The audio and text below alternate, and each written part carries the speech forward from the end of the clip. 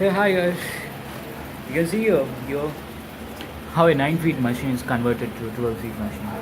Here we have done welding for this extension over the top surface, and we kept a support for it uh, to be careful. You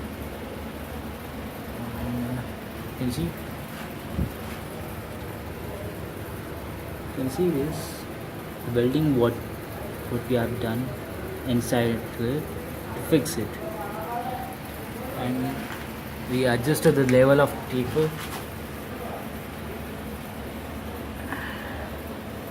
So this is how you can make a 9 feet lathe machine into a 12 feet machine with the help of extension.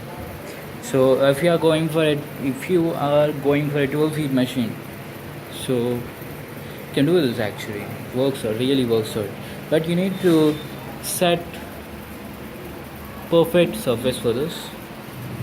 Why? Because if you are doing some job, the taper will affect it, so you need to look at that. And the guides are provided over here, so that's no issue. So the complete extension for it.